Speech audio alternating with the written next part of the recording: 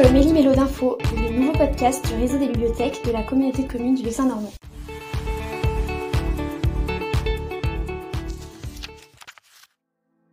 La flamme olympique sera de passage à Gisors le samedi 6 juillet 2024. Et d'ailleurs, savez-vous faire la différence entre un sportif professionnel et un sportif de haut niveau? Non, clairement pas, non. Pour vous, c'est la même chose? C'est à peu près la même chose, oui. Enfin, je dirais qu'il y a une... Pour moi, la différence, elle est dans une notion peut-être de salaire. Sportif de haut niveau, pour moi, ce serait quelqu'un qui est juste excellent. Ouais, et à côté, il a autre chose, on va dire. C'est ça. Alors qu'un sportif professionnel, il en vivrait. Ouais, voilà, comme les ça. footballeurs, par exemple. Ou les... Je vais tout vous expliquer par rapport à cette petite différence. Alors oui, il existe une différence. Le sport de haut niveau est une pratique d'excellence reconnue par le ministère chargé des Sports, reconnue par l'État. Le nom de l'athlète figure sur la liste des sportifs de haut niveau. Et sur cette même liste, il existe différentes catégories, élite, senior, reconversion. Et le sportif de haut niveau est, lui, rémunéré par l'État. À la différence du sportif professionnel qui, lui, tire ses ressources de son activité. C'est-à-dire qu'il est salarié d'un club ou d'une fédération et gagne des primes de match. D'accord. Ce qui peut semer le trouble dans nos esprits, c'est qu'il y a environ 1500 sportifs qui font exception à la règle en cumulant le statut de sportif professionnel avec celui de haut niveau. Donc ils sont payés double, quoi. Je ne sais pas, ça par rapport à ça, je pense pas. Je pense pas que ce soit double, je pense que c'est plutôt... Ou alors c'est peut-être une reconnaissance. Je pense pas que l'État paye autant qu'un club, par exemple. Mais il est quand même, comment dire ça, il est quand même reconnu par l'État. C'est vraiment une reconnaissance de la part de l'État pour le sportif de haut niveau, alors que le sportif professionnel, lui, il est de certaine manière salarié d'un club ou d'une fédération, donc de certaine manière d'une entreprise privée. Ok. Voilà. Ouais, donc du coup, c'est bien une question de salaire. Il y a une question de salaire et une question de reconnaissance. Moi, j'ai une question. Est-ce que, du coup, pas un sportif professionnel, mais un sportif de haut niveau, est-ce qu'il est bien payé? Est-ce que l'État rémunère ça correctement? Eh ben, je vais te répondre, du coup. Tu as la réponse, magnifique. Du coup, je vais vous expliquer. Eh ben, en réalité, tout dépend de la discipline qu'il fait, que le sportif fait. Donc, en effet, plus elle est médiatisée, plus elle va être payée. Ce qui est plutôt logique. Voilà. Donc, du coup, il y a deux camps qui s'opposent. Donc, les athlètes qui gagnent moins bien leur vie, comme le cas en athlétisme, ou les compétiteurs en BMX ou encore en boxe, par exemple. Et il y a ceux qui gagnent très bien leur vie, comme dans le football, le golf ou encore le tennis. Et il faut savoir que du coup, quand tu es sportif de haut niveau, tu peux avoir le droit à une aide financière personnalisée de l'État, donc qui t'aide pour toutes sortes de frais. Et du coup, le montant global, en fait, il est décidé dans un cadre de convention d'objectifs qui est signé entre le ministère chargé des sports et les fédérations. C'est quelque chose qui Mais tout le monde n'a pas les mêmes moyens, en fait. Du coup, bah, ça dépendra, en fait. Tout le monde n'aura pas la même somme. Et ça dépend de la médiatisation du sport en question. C'est ça, en vrai, ça dépend beaucoup de la médiatisation. D'accord. Ça paraît logique. On peut se poser également la question s'il y aurait un avenir, en fait, un après pour ces sportifs. Pour ces sportifs. Quelle est la poursuite de leur carrière? Cette fois-ci, c'est moi qui ai la réponse. Alors du coup, en fait, les sportifs de haut niveau, enfin tous les athlètes, peuvent en parallèle des compétitions poursuivre leurs études. Il y a certains établissements qui les accompagnent. Il y a même certaines entreprises qui les embauchent et qui aménagent leur temps de travail justement pour leur laisser faire leur compétition.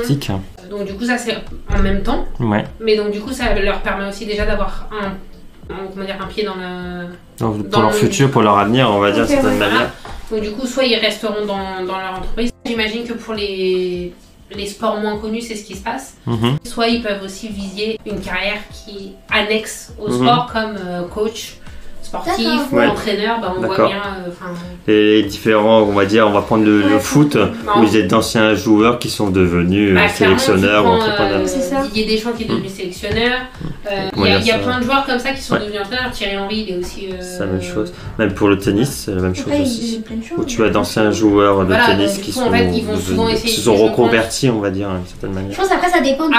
Après, là, on parle vraiment de sportifs très connus. Ouais, c'est ça. Si on prend Ouais, un c'est sportif ça. de haut niveau moins connu, Ouais. il va peut-être finir par travailler dans une entreprise qui l'aura aidé. Ouais. Mais voilà, il y a un avenir pour les sportifs Potentiel pour les sportifs de haut de niveau. haut niveau. Voilà. Et du coup, en parlant de sport, j'ai mentionné le sport, l'athlétisme. Mhm. D'après vous, est-ce que l'athlétisme demande beaucoup d'étirements? Avant comme après? Je dirais oui pour éliminer, on va dire, les D'après- toxines. Après, je ne suis pas D'après sportif. tous mes cours de sport que j'ai Voilà. eu, on nous fait Des étirements. des étirements avant, des étirements après. Même en athlétisme. Même en athlétisme, Mhm. Sport c'est- d'athlétisme, ouais. voilà. Pour éviter les courbatures. C'est Après, ça. Les courbatures, ce serait vers la fin. Et puis moi, j'avais entendu dire que avant il fallait s'étirer pour chauffer le muscle, pour Les- éviter d'avoir des les- blessures pardon. de. Et bah sachez-le, en athlétisme c'est faux. Puisque D'accord. ce sport il est souvent assimilé à la nécessité de réaliser des étirements interminables avant et après les séances. Tout le monde connaît ça. Mais contrairement à la gymnastique où du coup la souplesse du corps est nécessaire, Ouais. les étirements ils ont peu d'intérêt en athlétisme. En effet, l'échauffement d'avant-séance ou entre guillemets l'échauffement de compétition est même proscrit en fait. Puisque ils sont seulement bénéfiques seulement après l'effort et encore c'est sur des périodes très brèves qui sont de 30 secondes environ. Donc en gros, c'est juste histoire de détendre le muscle pour qu'il reprenne sa longueur. C'est tout. D'accord. d'accord. C'est tout. Et retenez qu'en athlétisme, il faut faire de l'athlétisme un jour, ça ne sert à rien.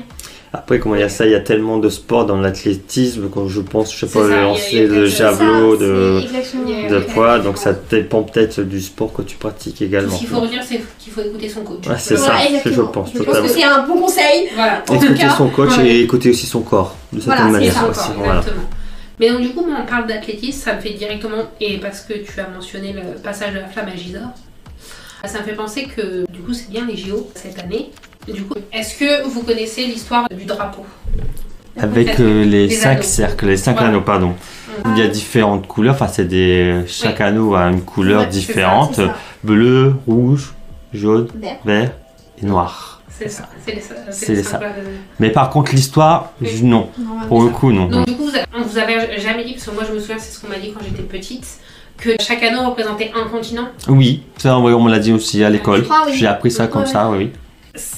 C'est une idée reçue, dans le sens où les anneaux sont bien censés représenter les continents, Mhm. mais il n'y a pas une couleur affectée à un continent. D'accord. D'accord. En fait, les couleurs des anneaux et aussi le fond blanc, le Mhm. fond blanc fait partie des couleurs olympiques, ont été choisis de façon à ce que chaque pays puisse retrouver au moins une couleur de son drapeau. Ok. Ah, je savais pas du tout. d'accord. Ah oui, Par exemple, ok. nous on a de la chance, on a nos 3 couleurs. Oui, c'est Bleu, vrai. blanc, rouge. Bleu, blanc, rouge. D'accord, Ah, oui. ok. Mais comme ça, chaque pays a au moins une couleur Bien, de son son drapeau national. national sur le drapeau olympique. Et donc du coup, d'après le site France Olympique, ça représente l'union par le sport et le rassemblement d'athlètes du monde entier. Ce qui est synonyme d'harmonie et d'union entre les peuples, je pense. Voilà. Voilà. Parlons d'athlètes, est-ce que vous pensez qu'on a des chances de médailles? Oh, Bien bah, sûr, oui, tout le monde totalement, fait ça, bien sûr. totalement. En plus, les JO sont en France, donc on Ouais, c'est ça. Cartonné. On va cartonner. Cartonné. Voilà. Voilà. Et si on gardait ça pour la prochaine Plaquette. plaquette? Exactement. Voilà. La prochaine plaquette, du coup, concernait donc du coup les JO. On rappelle les dates de la plaquette qui va aller de juin jusqu'à De juin jusqu'à septembre. Exactement. Et donc plusieurs animations du coup, seront en lien avec les Jeux Olympiques, Et notamment aussi les nos podcasts. podcasts Donc, peut-être qu'on vous parlera de nos athlètes français. et nos chances de médaille qu'on espère énormes.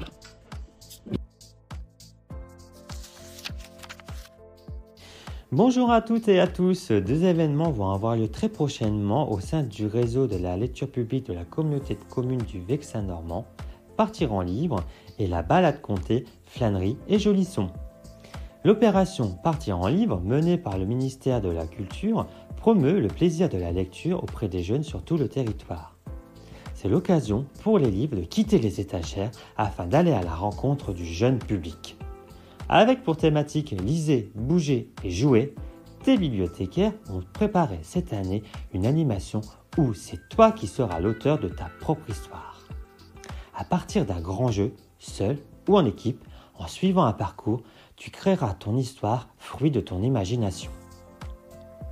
Nos bibliothécaires viendront te rencontrer le mercredi 19 juin à la bibliothèque municipale de Château-Surette de 16h à 18h, le mercredi 28 juin à Nogent-en-Vexin de 16h à 18h, le vendredi 30 juin à Gamache-en-Vexin de 18h30 à 20h30, le mercredi 3 juillet à Noyer de 16h à 18h, le mercredi 10 juillet à Hébécourt de 16h à 18h et pour finir, le mercredi 17 juillet à Étrépagny de 16h à 18h. Pour chacune de ces séances, les communes participantes te proposeront un goûter. Enfin, la balade comté, flânerie et Jolisson, avec le soutien financier du département de l'Eure, événement phare du réseau de la lecture publique de la communauté de communes du Vexin normand, aura lieu le dimanche 7 juillet à partir de 14h au prieuré de Dodoville en Vexin. Cette année, les petits et les grands découvriront le magnifique parc arboré et fleuri pour aller à la rencontre de différents conteurs. Julien Delgrange et ses percussions mélodiques, la compagnie Patsushi où Alexandra Di Lorenzo, accompagnée de son musicien, nous feront découvrir les histoires d'Anouchka et de sa matrioshka. Enfin, Isabelle Jeanlis et Jean-François Lagrosse à la flûte japonaise. Nous embarquerons pour un voyage en Asie. Alors, pour assister à cet événement, il suffit de vous inscrire par le biais du portail du réseau des bibliothèques de la communauté de communes du Vexin normand. 6 départs sont prévus, un tous les demi-heures, dont le premier est à partir de 14h. On vous attend très nombreux et à très bientôt. À bientôt pour le prochain épisode de Mes numéros d'infos.